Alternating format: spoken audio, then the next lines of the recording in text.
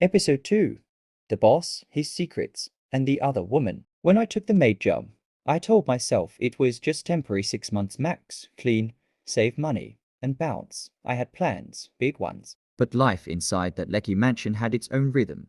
Quiet, strict, cold, and at the center of it was Chuka the billionaire with eyes as sharp as his words. He never smiled, never asked questions, only gave commands. Clean the guest room. Don't enter my study. Knock before stepping into the kitchen when I'm around. I kept my head down, but every day, I observed, he came home late, at alone, always on the phone, but never with a smile.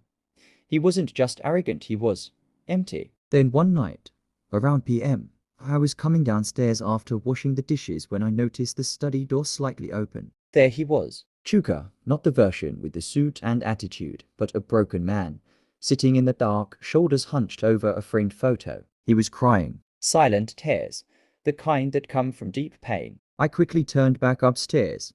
I didn't want him to know I saw. But from that night, I looked at him differently and strangely.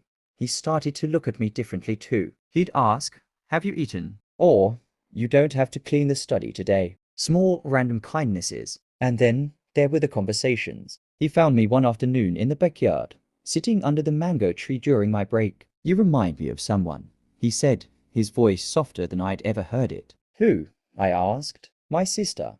She died 5 years ago. She was stubborn, just like you." We talked for an hour, and then it became a habit. Every other day, we'd find ourselves talking, laughing. I started to see the real him, not the arrogant boss, but the man who was hurting, hiding, and lonely. For a brief moment, it felt like something was changing between us. Until the storm came. Her name was Cynthia. She walked into the house like it was her runway. Expensive hair, loud perfume, entitlement written all over her face. She looked me up and down and scoffed. "You're the new help?" she asked. I nodded. "Well, keep the floors clean. I hate dirt." Turns out, she wasn't just a visitor. She was Chuka's fiancée. And from the moment she arrived, peace left with her. Suddenly, Chuka withdrew again. The coldness returned. He barely spoke to me. Cynthia treated me like trash, ordering me around, throwing tantrums, and making sure I remembered my place. And yet, in her presence, Chuka looked miserable. I told myself to stay out of it, to mind my business. But feelings had already started forming.